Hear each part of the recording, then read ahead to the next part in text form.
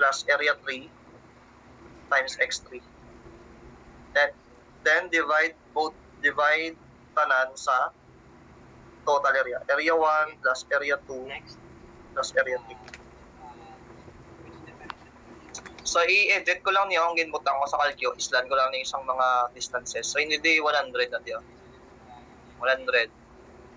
Doon naman niya sa PIAP, 25.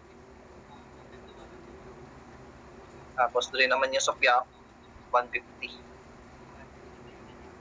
Then, divide tanan sa total area, 40,000.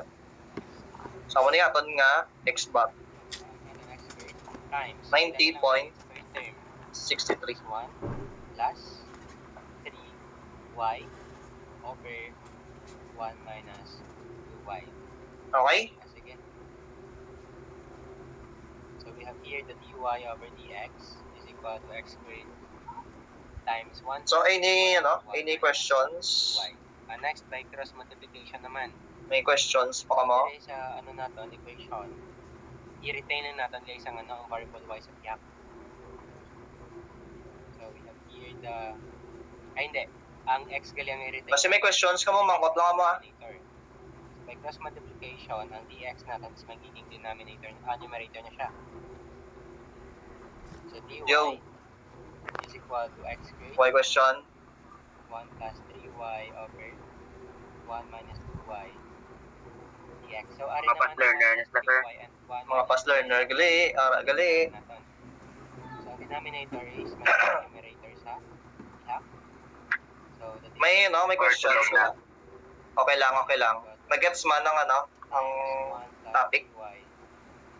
Medyo, sir. Medyo. Send lang lang ng video. Send lang ng video, sir. Recorded ni sir. Recorded ni, naka-record kita subong. Pili na lang nila is 1 minus 2y over 1 plus dy. So, dito sa next moment of inertia. Is equal to, so, dapat separate meeting. No? Kaya duwa niya siya dapat ka meeting eh.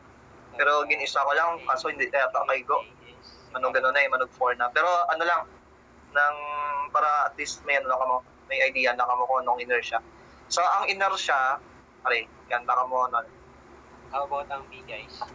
Hindi na kaya ang x. Ang inertia, tamo na yung mga formula actually. Kung i-multiply natin sa dx, para kay rectangle, ang inertia natin, there is centroidal inertia about the x-axis. So, ano siyang x-axis? Ang uning y-axis. So, ang centroid niya, dito sa tunga-tunga niya. So, ang iyang formula for the centroidal inertia sa rectangle about the x-axis is bh cubed over 12. So, take note ha. Very common nga formula. Magamit yun ni Asta Soli. Okay, pag-abot nyo sa concrete, pag-abot nyo sa steel, pag-abot nyo sa fury, strema, tanan-tanan, magamit yun gini sa rectangle. bh cubed over 12. Okay? So, tandaan nyo, ang magiging base nyo di Fermi, amo na yung palatandaan, ang magiging base nyo di Fermi, kung sino ang parallel sa axis. Example, kung Ix ang ginakwata, di ba, about the x-axis na inertia, di ba? So, ang magiging base natin, dapat parallel man sa x-axis. So, meaning, amo na ng B, amo na natin nga base. Kaya pag-abot sa inertia about dy, syempre, about dy axis na kita, ang magiging base natin, hindi naman si h, mabalis ka danay sila.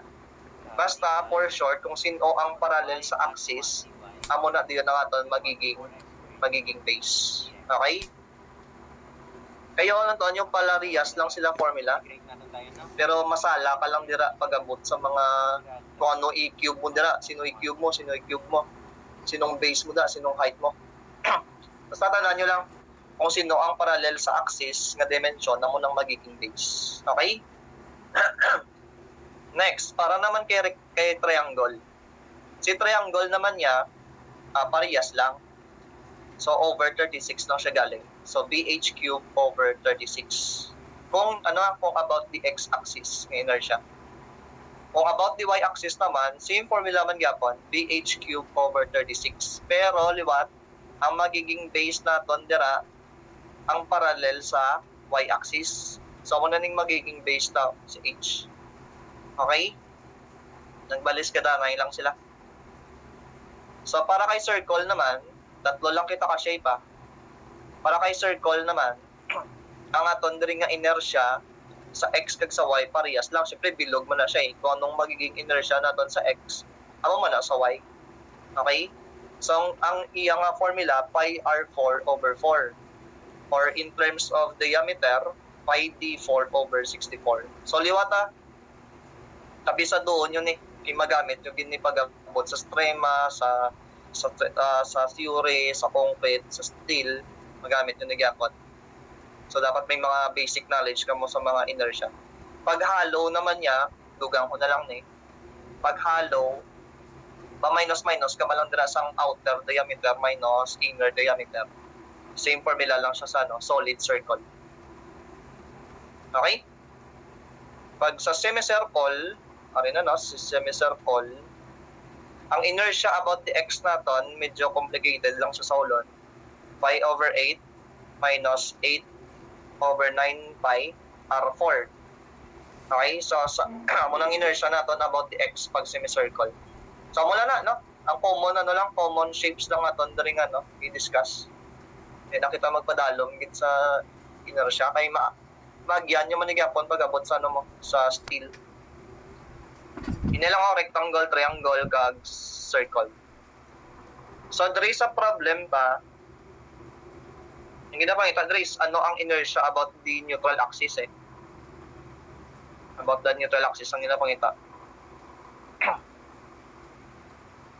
So, muning neutral axis nato, ang ginapangita there is ang iya nga synchroidal inertia. So, may dugang ako galing nga formula. Wait lang. May kita sang ginatawag na transfer moment of inertia.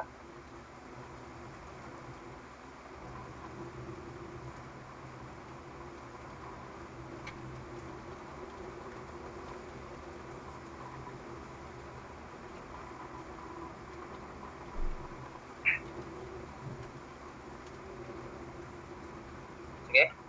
So, ang transfer moment of inertia, ang magiging formula to dira is I is equals to ICG plus area distance squared. So, take note yun eh, ang ini nga formula. Transfer moment of inertia to eh. So, ang I sub CG, ang muna siya ginatawag nga synchroidal inertia.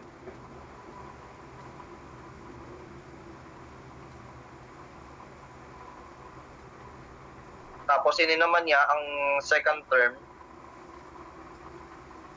amo naman nga ito nga transfer inertia.